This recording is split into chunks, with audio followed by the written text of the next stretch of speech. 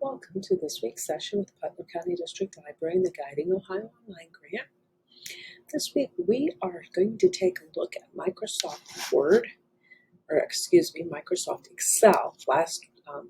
Previous week we looked at Word. We're looking at 5 tips that can be helpful when using Microsoft Excel. So I'm going to go quickly through here just what the tips are, and then we'll go into more detail of how we can use these. So Control 1 is when you open the formatting up very quickly, easily in a document. 2 is how you can change items to the proper case. So in other words, if you have names without the capital letters at the beginning. 3rd is moving a sheet to a new workbook.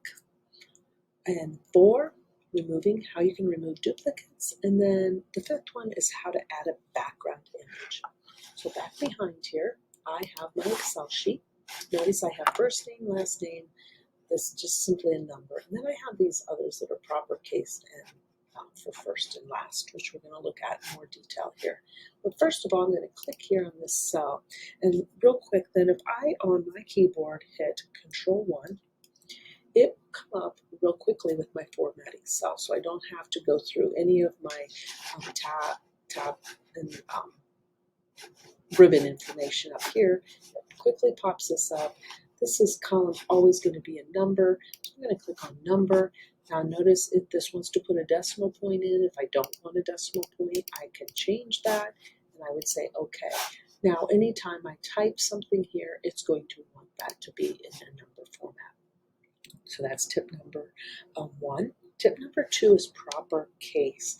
Notice my names don't have capital letters. I could go through quickly, I could click on each one, change the first letter to a capital. But the quick, easy way to do that would be, I got this column out here called proper case first. I'm going to click here and I'm going to hit the equal sign. When I click the equal sign, then I am going to type in proper.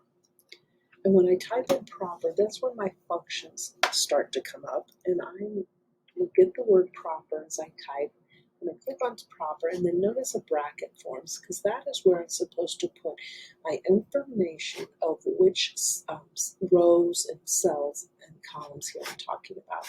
So I'm talking about A and then 2. So I'm going to type capital A, 2, and close my bracket. And when I then hit my enter key here, I will get the first name capitalized. Now the quick way to then make it so that everything down is I grab my corner here where notice it changes over crosshairs, drag down, and now I have them all capital. Really quickly, I could do the same thing here with my last name. So I could click here. Again, I'm talking about B2, so I would do my equal sign, I would type in the name proper, and then do B2, close my brackets, and hit my enter key, and now I have the last name Brown, and the same thing, get my crosshairs, drag down, and now they're all capitalized. So I could then go ahead here and I could delete these columns if that's what I would choose to do, because now I would have everything correct the way it should be with first name capital and first and last name capitalized. If I wanted to make a new workbook, I'm going to go down here in the bottom. This is where my workbooks are located at, and I'm going to click, and I'm going to right click. It's going to come up to move or copy. When I go to move or copy, I'm going to click, and I will get this where it says book 1. I'm going to change this over to a new book, but what I want to make sure I do is I have create a copy, check mark that, say OK, and now what happens is a whole different workbook was created. So now I have 2 of the same exact workbooks. So everything, all the information is the same. Remember, this whole thing is a workbook just from previous times when we've talked. If a side note here, if I go plus, this makes what is called a sheet. So each one of these are sheets, and I had labeled this sheet library. Same thing, I could make a sheet here, right click, and I can rename it. So I could call it something else. I could make this my maybe library 2. So I would have 2 different sheets in the same workbook. It's kind of as a side note. Tip 4, removing duplicates. Now, I've got within here, I have, if you notice, I do have some, I purposely put in a duplicate.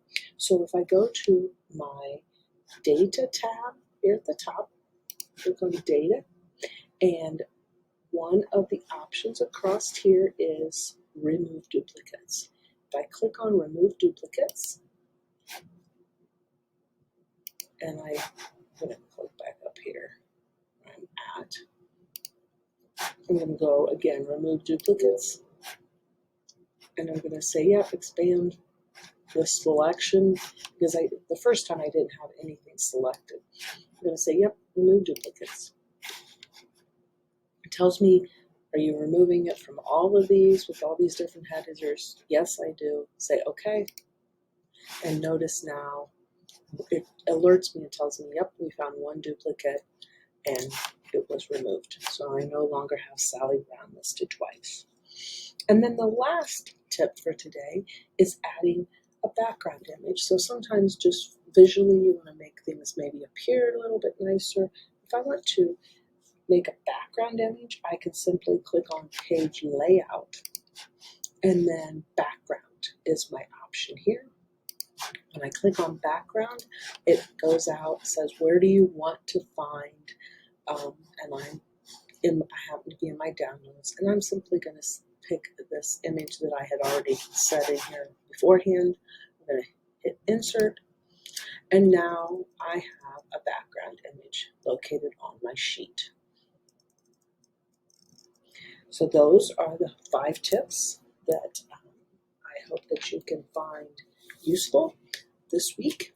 I hope everyone has a great week. See you next week.